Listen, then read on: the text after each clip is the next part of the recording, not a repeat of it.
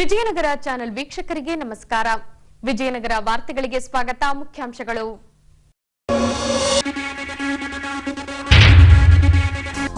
ಜಿಲ್ಲಾಡಳಿತ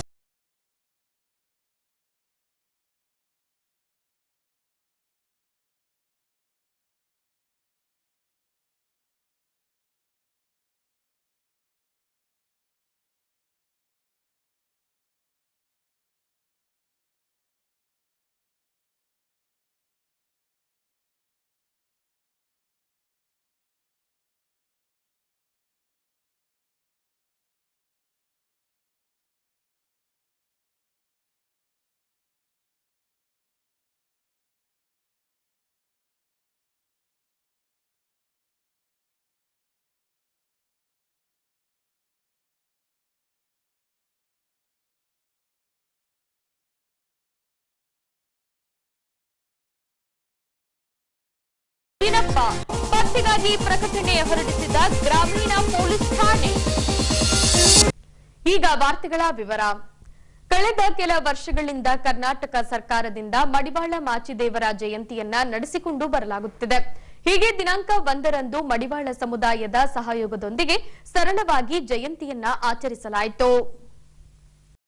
ಹೀಗೆ ದಿನಾಂಕ 1ರಂದು ಜಿಲ್ಲಾಡಳಿತದ ಕಚೇರಿಯಲ್ಲಿ ಮಡಿವಾಳ ಸಮುದಾಯದ ಮುಖಂಡರ ಸಹಭಾಗಿತ್ವದಲ್ಲಿ ಮಡಿವಾಳ ಮಾಚಿದೇವರ ಜಯಂತಿಯನ್ನ ಹಮ್ಮಿಕೊಳ್ಳಲಾಗಿತ್ತು.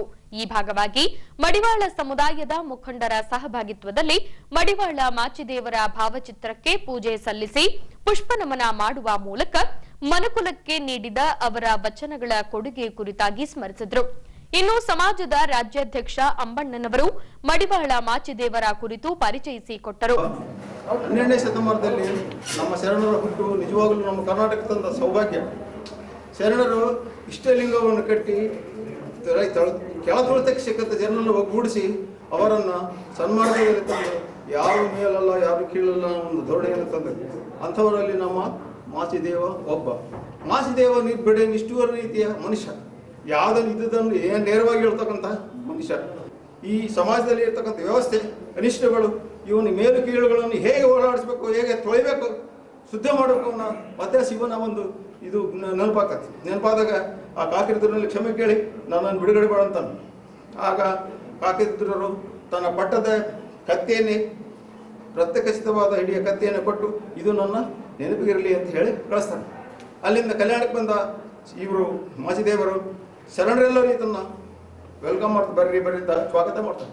ಸ್ವಾಗತ ಮಾಡಿ ಅನುಭವ ಮಂಟಪಕ್ಕೆ ಕರ್ಕೊಂಡು ಹೋಗ್ತಾರೆ.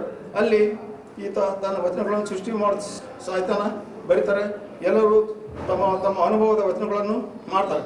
ಈತ ಎಲ್ಲ ಒಂದು ಸಾಹಸ ಮತ್ತು ವಿದ್ಯೆಯನ್ನು ಪರಿಣಿತನಾದರೂ ತನ್ನ ಕಾಯಕ ಏನಾದರೂ ಕಾಯಕ ಮಾಡಿ ಬದುಕಬೇಕಂತ ಕಾಯಕ ಬೇಕಲ್ಲ ಅಂತ ಬಸವಣ್ಣನ ಮಾತನ್ನು ಈತ ನಮ್ಮ ಮಡಿವಾಳ ಕಾಯಕವಾದ ಬಟ್ಟೆ ಸ್ವಚ್ಛ ಮಾಡೋ ಒಂದು ಕಾಯಕನೇ ಹಿಡಿತಾನೆ. ಈತ ಒಂದು ಕಟ್ಟಳೆ ಮಾಡ್ತಾನೆ. ಏನು? ನಾನು ಭವ್ಯಗಳ ಬಟ್ಟೆ ಒಗೆಯುವುದಿಲ್ಲ, ಕಳ್ಳಕಾಕರ ಮೋಸಗಾರರ ಕೊಲೆಗಡಕರ ಬಟ್ಟೆಯನ್ನು ನಾನು ತೊಳೆಯುವುದಿಲ್ಲ, ಹುಡುಗರ ಬಟ್ಟೆಯನ್ನು ತೊಳೆಯುವುದಿಲ್ಲ, ಸೋಮವಾರ ಬಟ್ಟೆಗಳನ್ನು ತೊಳೆಯುವುದಿಲ್ಲ ಅಂತ ಹೇಳಿ ಆತ ತನ್ನ ಕಾಯಕ ಹೋಗ್ಬೇಕಾದ್ರೆ ಬಿಚ್ಚುಗತ್ತಿ ಹಿಡ್ಕೊಂಡು ಹೋಗ್ತಿರ್ತಾನೆ. ಗಂಟೆ ಭಾಷೆ ಅಂತ ಯಾರಾದರೂ ಭವ್ಯಗಳು ಅಂದರೆ ಲಿಂಗ ಇಲ್ದವರು ಅಥವಾ ಹುಡುಗರು ಕುಂಡ್ರು ಯಾರು ಬಂದ್ರೆ ಅವನ್ನ ಏನಾರು ಎದುರಿಸಿದ್ರೆ ಅಂತಾರು ಖಡ್ಗದಿಂದ ಕಳೆದ್ಬಿಡ್ತು ಅಂತ ಹೇಳ್ತಿರ್ತಾನೆ. ಇದನ್ನು ತಿಳಿದಂಥ ಆ ರಾಜ್ಯದ ಕೊಂಡಿ ಮಂಚಣ್ಣನ ಗುಂಪು ಇವನ್ನ ಈ ಮಡಿವಾಳನ ಏನಾದ್ರು ಮಾಡಿ ಮಟ್ಟೆ ಹಾಕ್ಬೇಕು ಅಂತ ಹೇಳಿ ಏನು ಮಾಡ್ತಾರೆ, ಹುಡುಗನ ಎದುರಿಗೆ ಕಳಿಸ್ತಾರೆ. ಹುಡುಗನ ಇವನಿಗೆ ಗೊತ್ತಾಗ್ತದೆ ಯಾರು ಕಳಿಸಿದ್ದಾರೆ ಅಂತ. ಅವನೇನು ತನ್ನ ಕಡ್ಗೆ ತುದಿ ಮೇಲೆ ತೂರ್ತಾನೆ. ಮೇಲೆ ಅದನ್ನು ವಾಪಸ್ಸೇ ಬರ್ತಾನೆ. ಇದನ್ನೇ ಇಟ್ಕೊಂಡು ಅವ್ರು ಏನು ಮಾಡ್ತಾರೆ, ಬಿಜುಗಳಲ್ಲಿ ಇವನ ಮೇಲೆ ಪಿರಾದಿ ಹೇಳ್ತಾರೆ. ಇವನು ಒಬ್ಬ ಅಗಸ, ಸಾಮಾನ್ಯ ಅಗಸ. ನಿನ್ನ ಆಡಳಿತ ತಂದೆ ಆದಂತಂದು ಆಡಳಿತ ನಡೆಸ್ತಾರಲ್ಲ, ಪಕ್ಕದ ರಾಜ್ಯದವ್ರು ಏನು ಹೇಳ್ತಾರೆ ನಿನ್ನ ಆಡಳಿತ ಬಗ್ಗೆ. ಆದ್ದರಿಂದ ಇವನ ಮೇಲೆ ಕ್ರಮ ತಗೋಬೇಕಂತ ಅಂದಾಗ ಅವ್ರು ಹಿಡಿತಾರಿಲ್ಲ ಅಂತಾರೆ. ಸೈನ್ಯನೇ ಕಳಿಸ್ತಾನೆ. ಆನೆ ಎಲ್ಲ ದಳಗಳು ಬರ್ತಾರೆ. ಬಂದಾಗ ಅಲ್ಲಿ ಒಂದು ಇದು ಜಾನಪದದಲ್ಲಿ ಒಂದು ಇದಿದೆ. ಕೊಂಡಿ ಮಂಚಣ್ಣಗಳು ಖಂಡಿಸಿದ ಮಡಿವಾಳನ ಅಂಡಲೆವು ಆನೆಯನ್ನು ಮೇಲೇರಿ ಬಿಡಲು ಮಂಡೆಯನ್ನು ಜಳಿಪಿಸಿ ಖಂಡೆಯನ್ನು ಜಳಿಪಿಸಿ ಮಂಡೆಯುರಿತ ಆನೆ ನಮಿಸಿತು ಮಾಚಾಯಿಗೆ. ಆ ದೊಡ್ಡ ಪಟದಾನಿ ಅವ್ನು ನಮಸ್ಕಾರ ಮಾಡಿಬಿಡ್ತದೆ. ಜನರು ಬಂದಂಥ ಸೇನಾಧಿಕಾರಿಗಳು ದೊಡ್ಡದ ಆನೆ ತುರಗ ಕಾಲ ಸೈನ್ಯ ಎಲ್ಲ ಚೆಲ್ಲಾಪಲ್ಲೆ ತರಗೆಲೆ ಹೇಳಂತೆ ಹೋಗ್ಬಿಡ್ತಾರೆ. ಎದುರಿದ ಎಲ್ಲ ಸೈನ್ಯಾಧಿಕಾರಿಗಳು ಹೋಗಿ ಕೊನೆಗೆ ಬಿಜ್ಜುಗಳಲ್ಲಿ ಹೇಳ್ತಾರೆ, ಆತ ಸಾಮಾನ್ಯ ಮಡಿವಾಳನಲ್ಲ. ಆತನ ಕೈಯಲ್ಲಿರ್ತಕ್ಕಂಥದ್ದು ಮಿಂಚಿನ ಖಡ್ಗ. ಆ ಸಿಡಿಲ ಖಡ್ಗದ ಮುಂದೆ ನಾವು ಯಾರು ನಿಲ್ಲಕ್ಕೆ ಆಗೋದಿಲ್ಲ ಅಂತ. ಆಗ ಬಸವಣ್ಣ ಮತ್ತೆ ಬುದ್ಧಿ ಹೇಳ್ತಾನೆ, ನೋಡ್ರಿ ನಾನು ಮೊದಲು ಹೇಳಿದ್ ನೀವು ಕೇಳಿಲ್ಲ, ಶರಣರದ್ದು ಏನು ತಿಳ್ಕೊಂಡ್ರಿ, ಗರಗರನೆ ತಿರುಗಿಸಿದವರುಂಟು ಭೂಮಿಗೆ, ಮತ್ತೆ ಕಳ್ಳನಂದಿಯನ್ನು ಮೆರೆಸಿದವರುಂಟು, ಮತ್ತೆ ಅವ್ರು ಎಂಥರದರಂತಂದ್ರೆ ಗಿರಿಗಳೆಲ್ಲವನ್ನು ಅಣ್ಣ ಕಲ್ಲ ನಾಡವರುಂಟು, ಚರದಿ ಶಬ್ದಗಳನ್ನು ಒಕ್ಕಡಿಕೆ ಮಾಡಿ ಹಿಡಿಯುವರುಂಟು, ಸುರಕೋಟಿ ಬ್ರಹ್ಮಾಂಡಗಳ ಮಾಲಾದವರುಂಟು, ಹರಿಯ ಮುಂದೆಲೆ ಪಿಡಿದೆಳೆದವರುಂಟು. ಇಷ್ಟೆಲ್ಲ ಆದರೆ ಇಂಥ ಪರಾಕ್ರಮ ಅವನು ನೀನು ಹೋಗಿ ಮೊದಲು ಕ್ಷಮೆ ಕೇಳಂತ ಅಂದಾಗ ಬರ್ತಾನೆ, ಅವನಲ್ಲಿ ಕ್ಷಮೆ ಕೇಳ್ತಾನೆ. ಬಳಿಕ ಅಡಿಷನಲ್ ಜಿಲ್ಲಾಧಿಕಾರಿಗಳು ಮಾತನಾಡಿ, ಕೊಳೆಯನ್ನ ತೊಳೆಯುವ ಮೂಲಕ ಸಮಾಜದ ಅಂಕುಡೊಂಕುಗಳನ್ನ ತಿದ್ದಿದ ಮಡಿವಾಳ ಮಾಚಿದೇವರ ತತ್ವಗಳನ್ನ ನಾವು ಅಳವಡಿಸಿಕೊಳ್ಳಬೇಕೆಂದು ಕರೆ ನೀಡಿದರು. ಸಮಾಜದಲ್ಲಿರ್ತಕ್ಕಂತಹ ಒಂದು ಅಂಕುಡೊಂಕುಗಳನ್ನ, ಮೂಢನಂಬಿಕೆಗಳನ್ನ, ಹಾಗೆಯೇ ಮೇಲು ಕೀಳು ಅಂತಕ್ಕಂಥ ಭಾವನೆಗಳನ್ನು, ಹಾಗೆ ದುರ್ಬಲರ ಶೋಷಣೆಯನ್ನು ಎದುರಿಸ್ತಕ್ಕಂಥ ಕೆಲಸವನ್ನು ಮಡಿವಾಳ ಮಾಚಿದೇವರು ತುಂಬ ನಿರ್ಭಿಡೆಯಿಂದ ಅವರು ಮಾಡಿದರು ಅಂತ ಹೇಳಿ. 12ನೇ ಶತಮಾನದಲ್ಲಿ ಬಸವಣ್ಣನವರ ಸಮಕಾಲೀನರಾಗಿದ್ದು, ಸೊ ಆ ಒಂದು ವಚನಗಳನ್ನು ಬರೆಯೋದ್ರಿಂದ ಹಿಡಿದು ವಚನಗಳನ್ನು ಉಳಿಸೋ ಕೆಲಸವನ್ನು ಕೂಡ ಅವರು ಮಾಡಿದರು. ಹಾಗೆ ಶರಣರ ರಕ್ಷಣೆಯನ್ನು ಕೂಡ ಅವರು ಮಾಡಿದರು. ಸೊ ಇದು ನಮಗೆ ಕಂಡು ಬಂದಂಥ ವಿಚಾರ. ಹಾಗಾಗಿ ಇವತ್ತಿನ ದಿನ ನಾವು ಸರ್ಕಾರದಿಂದ ನಮಗೆ ಮಡಿವಾಳ ಮಾಚಿದೇವ ಜಯಂತಿ ಮಾಡಿ ಅಂತಕ್ಕಂಥ ಉದ್ದೇಶ ಏನು ಅಂದರೆ, ಅವರು ಹೇಗೆ ಸಮಾಜದಲ್ಲಿರ್ತಕ್ಕಂಥ ಅಂಕುಡೊಂಕು ಅಥವಾ ಇದನ್ನು ಕ್ಲೀನ್ ಮಾಡೋದು ಹೇಳಿದ್ದಾರೆ, ಅದೇ ರೀತಿ ಆ ಆದರ್ಶಗಳನ್ನು ನಮ್ಮ ಜೀವನದಲ್ಲೂ ಕೂಡ ನಾವು ಅಳವಡಿಸ್ಕೊಳ್ಬೇಕು ಅಂತ ಹೇಳ್ತಾ ಎರಡು ಮಾತನ್ನು. ಇನ್ನು ಇದೇ ತಿಂಗಳು 16ರಂದು ಮಡಿವಾಳ ಸಮಾಜದಿಂದ ಅದ್ಧೂರಿಯಾಗಿ ಜಯಂತಿಯನ್ನ ಆಚರಿಸಲಾಗುವುದೆಂದು ತಾಲೂಕು ಅಧ್ಯಕ್ಷರು ಈ ವೇಳೆ ತಿಳಿಸಿದ್ದಾರೆ. ಬರೋ ಇದೇ ತಿಂಗಳು 14ನೇ ತಾರೀಕಿನಲ್ಲಿ ನಮ್ಮ ಗುರುಗಳ ಒಂದು ಆದೇಶದ ಮೇರೆಗೆ ಫೆಬ್ರವರಿ 14ನೇ ತಾರೀಕಿಗೆ ಅದ್ಭುತವಾಗಿ ಮಾಚಿದೇವರ ಜಯಂತಿಯನ್ನು ಹಮ್ಮಿಕೊಂಡಿದ್ದೇವೆ.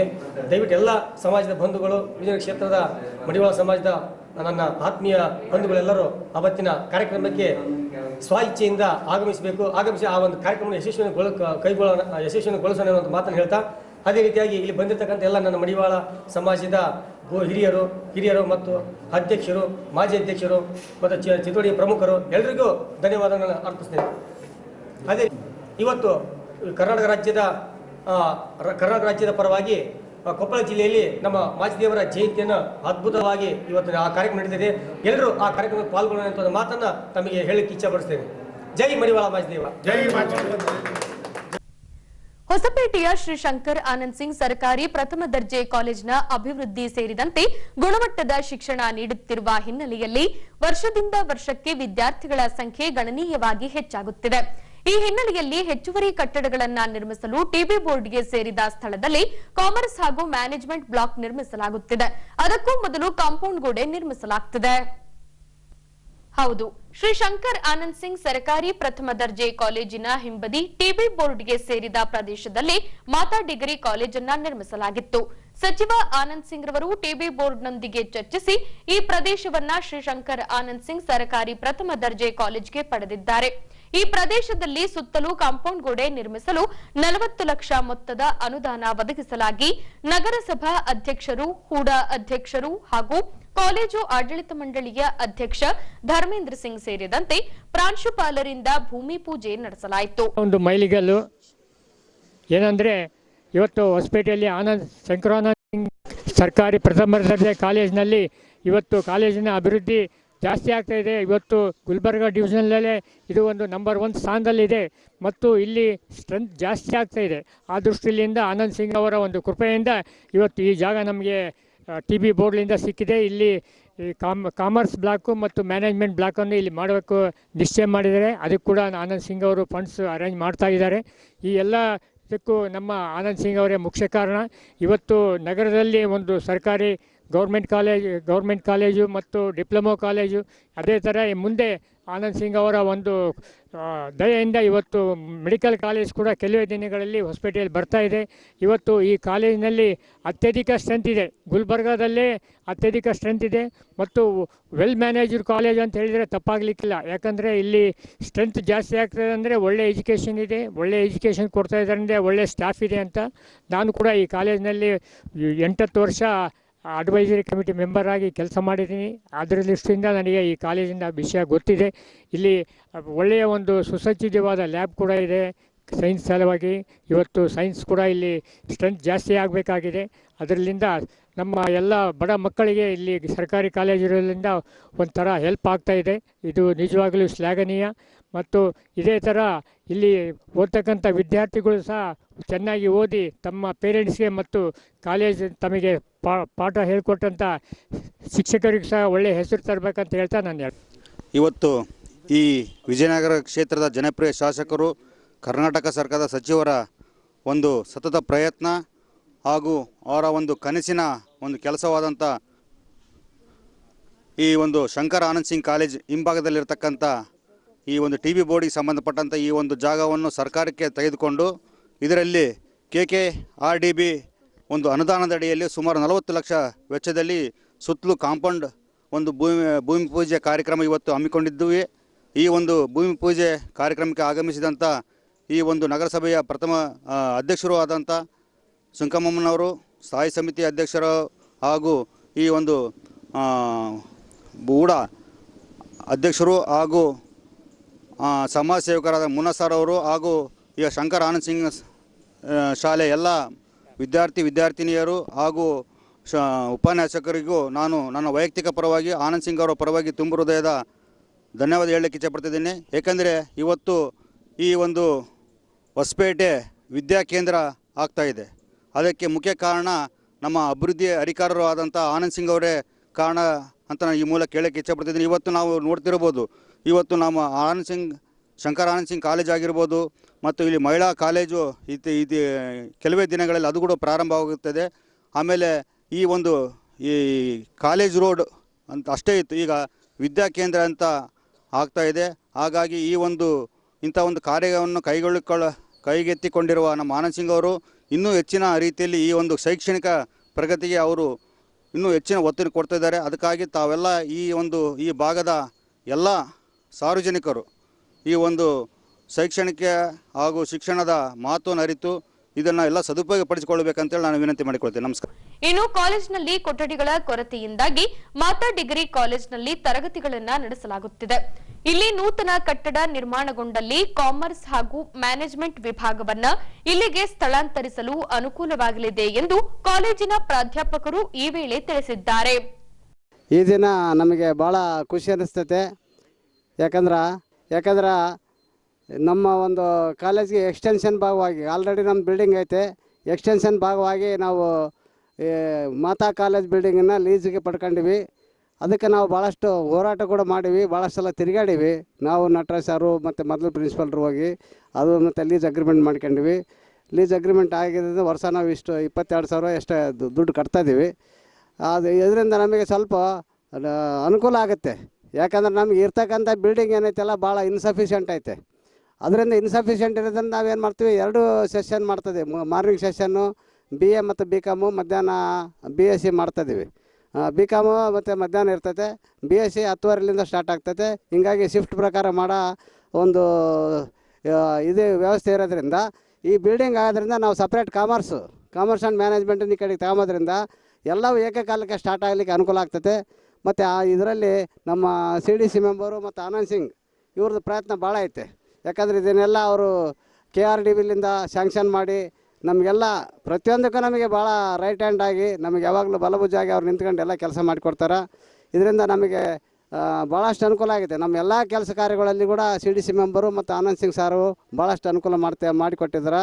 ಇದ್ರದ್ದೆಲ್ಲ ಸದುಪಯೋಗ ಮುಂದಿನ ವಿದ್ಯಾರ್ಥಿಗಳು ಆಗ್ತೈತೆ.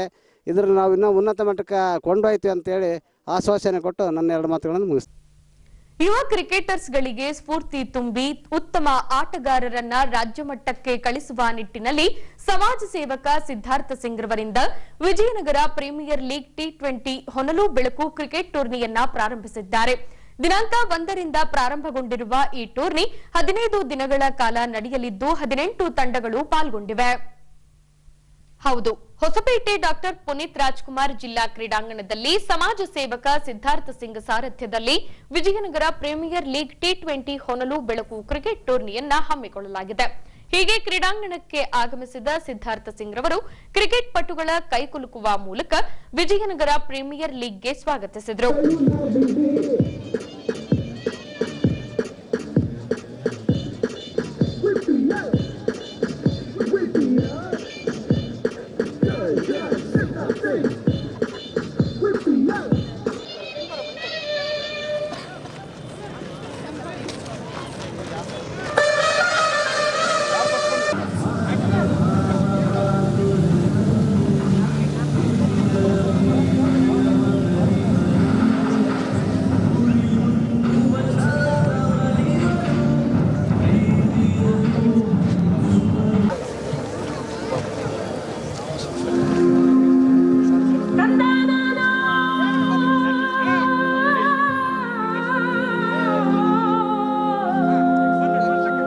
ಬಳಿಕ ಡಾಕ್ಟರ್ ಪುನೀತ್ ರಾಜ್ಕುಮಾರ್ ಸೇರಿದಂತೆ ಅವರ ಇಬ್ಬರು ಅಜ್ಜಂದಿರರಿಗೆ ಪುಷ್ಪನಮನ ಮಾಡಿ ಸ್ಮರಿಸಿದರು.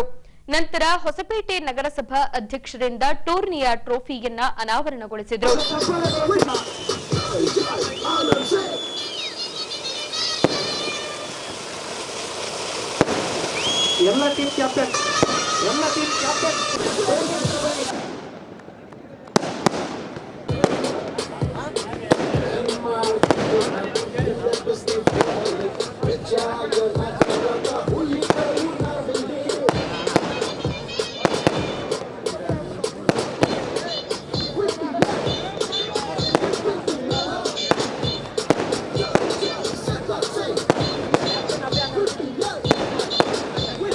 ಹಾಗೆ ಬಿ ಪೋರ್ನ ಹೇಮಕೂಟ ಒಂದೇ ಮಾತ್ರ ಟೀಮ್ನ ಲಂಕೇಶ್ ನಾಯಕ ಅವರು ಕ್ಯಾಪ್ಟನ್ ನಮ್ಮ ಜೊತೆಗಿದ್ದಾರೆ. ಬಳಿಕ ಸಿದ್ಧಾರ್ಥ ಸಿಂಗ್ ರವರು ಮಾತನಾಡಿ, ಯುವಕರಲ್ಲಿ ಇರುವ ಕ್ರೀಡಾ ಶಕ್ತಿಯನ್ನು ಹೆಚ್ಚಿಸುವ ನಿಟ್ಟಿನಲ್ಲಿ ಪ್ರಥಮ ಪ್ರಯತ್ನ ಮಾಡಲಾಗಿದೆ. ಇದರಲ್ಲಿ 18 ತಂಡಗಳು ಭಾಗವಹಿಸಲಿವೆ. ಪ್ರತಿ ತಂಡಕ್ಕೆ ಐತಿಹಾಸಿಕ ಹಂಪಿಯ ಸ್ಮಾರಕಗಳ ಹೆಸರನ್ನ ಇಡಲಾಗಿದೆ. ಎಲ್ಲಾ ಕ್ರಿಕೆಟಿಗರಿಗೆ ಮುಕ್ತ ಅವಕಾಶ ಕಲ್ಪಿಸಿಕೊಡುವ ನಿಟ್ಟಿನಲ್ಲಿ ಎಂಟ್ರಿ ಫೀಸ್ ಪಡೆಯಲಾಗಿಲ್ಲ. 15 ದಿನಗಳ ಕಾಲ ನಡೆಯಲಿರುವ ಈ ಟೂರ್ನಿಗೆ ಹೆಚ್ಚಿನ ಕ್ರೀಡಾಸಕ್ತರು ಆಗಮಿಸಿ ಕ್ರಿಕೆಟಿಗರನ್ನ ಪ್ರೋತ್ಸಾಹಿಸಬೇಕೆಂದು ಕರೆ ನೀಡಿದರು. ಇವತ್ತು ಈ ಒಂದು ವಿಜಯನಗರ ಪ್ರೀಮಿಯರ್ ಲೀಗ್ ಅನ್ನೋ ಒಂದು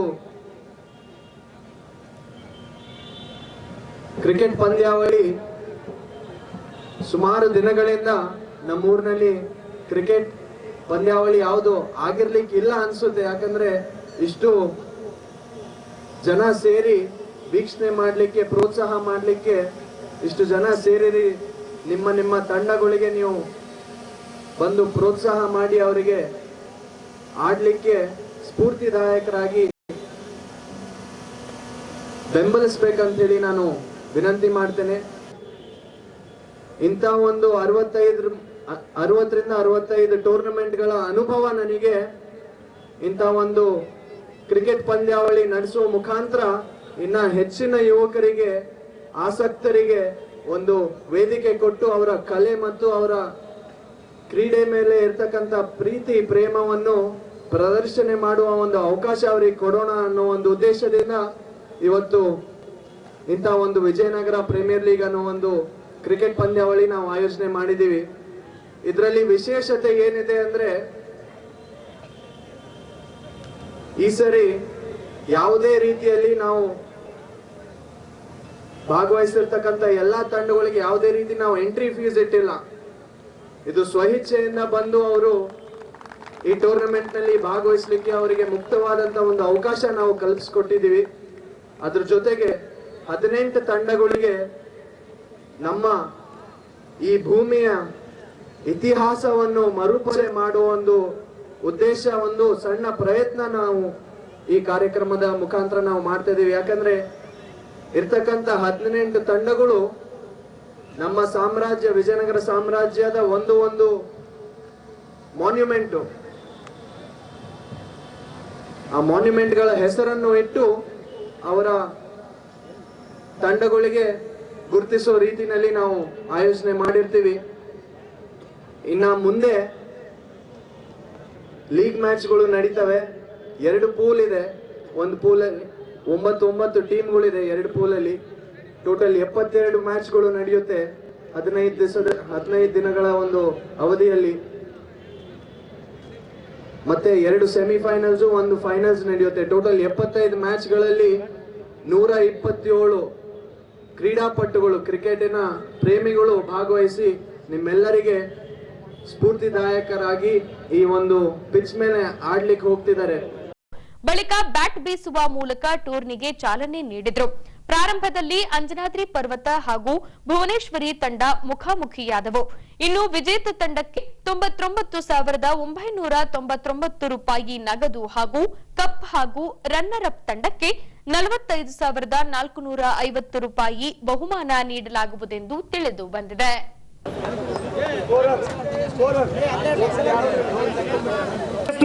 ISR ತುದಿಯಿಂದ ಗಂಗಾ ಅವರು ಮೊದಲ ಚೆಂಡು ಅತ್ಯಂತ ಉತ್ತಮವಾದ ಬಾಲ್ ಬೀಟ್ ಆದ್ರೆ ಇಲ್ಲಿ ಬ್ಯಾಟ್ಸ್ಮನ್.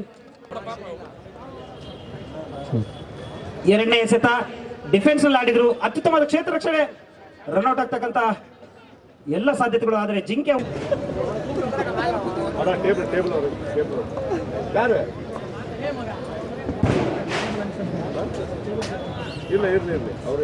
ಅತ್ಯುತ್ತಮವಾದ ಬಾಲ್, ಕ್ಲೀನ್ ಬಾಲ್. ಹಲವಾರು ವರ್ಷಗಳ ಅನುಭವವನ್ನ ಕಟಗಿ ಗಂಗನವರು ಈ ಪಂದ್ಯದಲ್ಲಿ ತೋರಿಸಿದ್ದಾರೆ. ತಮ್ಮ 4ನೇ ಎಸೆತದಲ್ಲಿ ಕ್ಲೀನ್ ಬೌಲ್ ಮಾಡೋದ್ರ ಮೂಲಕ ಡಕ್ಔಟ್ ಹೋಗ್ತಾ ಇದ್ದಾರೆ ರಮೇಶ್ ಅವರು. ಯಾವ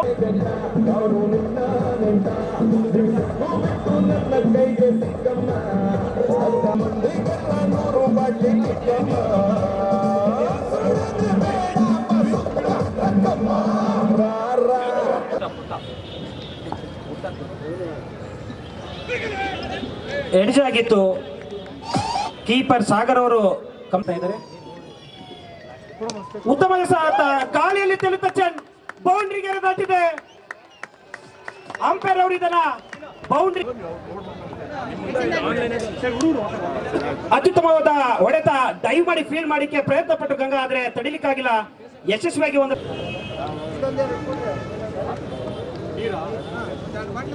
ಉತ್ತಮವಾದ ಎಸೆತ, ಅತ್ತೆ ಉತ್ತಮವಾಗಿ ಡಿಫೆನ್ಸ್ ಮಾಡ್ತಾ 1 ರನ್ ಯಶಸ್ವಿಯಾಗಿ ತೆಗೆದುಕೊಂಡಿದ್ದಾರೆ.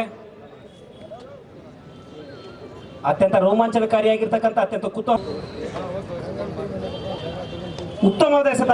ಅಷ್ಟು ಉತ್ತಮವಾಗಿ ಆಡಿದರೆ ಕೂಡ ಬ್ಯಾಟ್ಸ್ಮನ್ ಇಲ್ಲಿ ರನ್ ಔಟ್ ಆಗುವ ಎಲ್ಲ ಅವಕಾಶಗಳು, ಆದ್ರೆ ಅತ್ಯಂತ ವೇಗ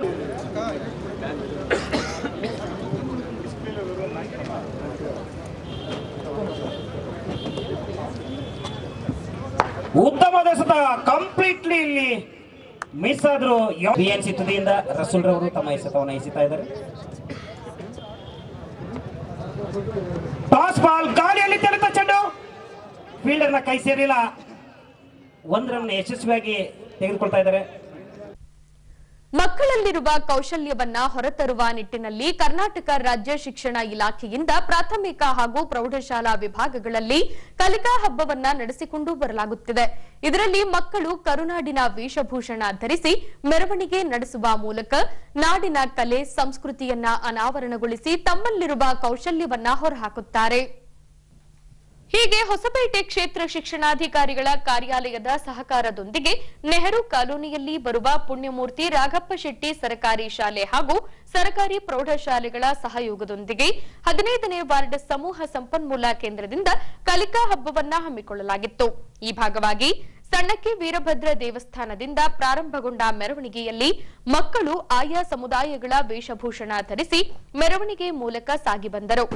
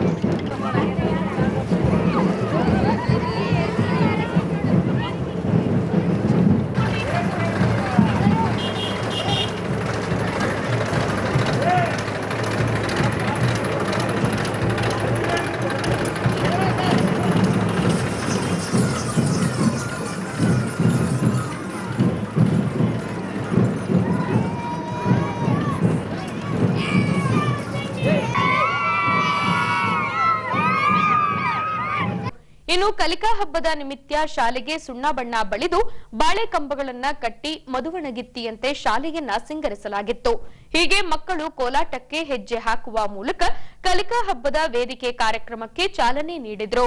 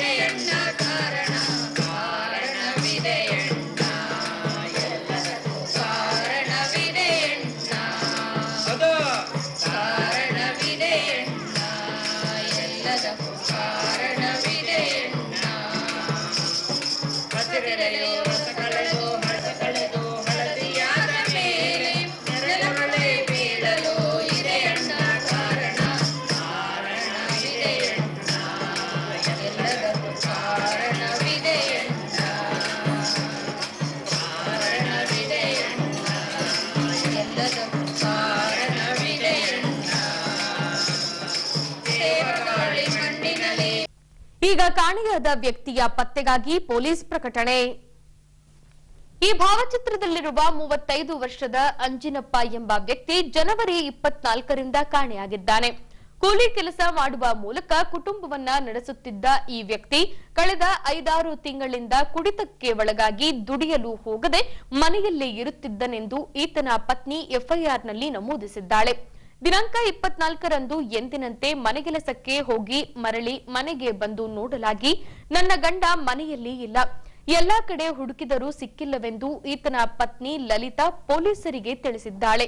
ಈ ದಂಪತಿಗೆ 3 ಜನ ಮಕ್ಕಳಿದ್ದು ಲಲಿತಾ ನಿತ್ಯವೂ ಅವರಿವರ ಮನೆಗೆಲಸ ಮಾಡಿಕೊಂಡು ಜೀವನವನ್ನ ಸಾಗಿಸುತ್ತಿದ್ದಾಳೆ. ಈ ಭಾವಚಿತ್ರದಲ್ಲಿರುವ ಅಂಜಿನಪ್ಪ ಎಂಬ ವ್ಯಕ್ತಿ ಯಾರಿಗಾದರೂ ಕಂಡುಬಂದಲ್ಲಿ ಸಮೀಪದ ಪೊಲೀಸ್ ಠಾಣೆಗೆ ಮಾಹಿತಿ ರವಾನಿಸುವಂತೆ ಹೊಸಪೇಟೆ ಗ್ರಾಮೀಣ ಪೊಲೀಸ್ ಠಾಣೆಯಿಂದ ಸಾರ್ವಜನಿಕ ಪ್ರಕಟಣೆ ಹೊರಡಿಸಲಾಗಿದೆ. ಈಗ ಕೊನೆಯಲ್ಲಿ ಮತ್ತೊಮ್ಮೆ ವಾರ್ತೆಗಳ ಮುಖ್ಯಾಂಶಗಳು.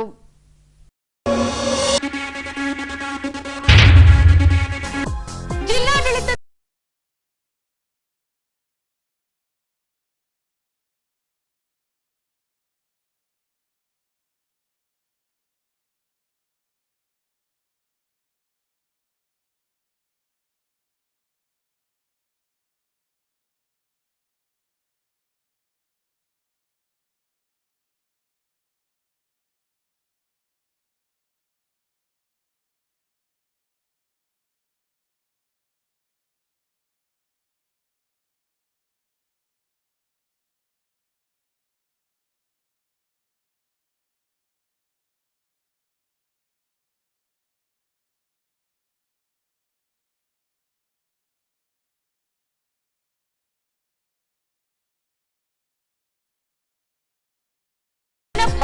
ಪತ್ತೆಗಾಗಿ ಪ್ರಕಟಣೆ ಹೊರಡಿಸಿದ ಗ್ರಾಮೀಣ ಪೊಲೀಸ್ ಠಾಣೆ.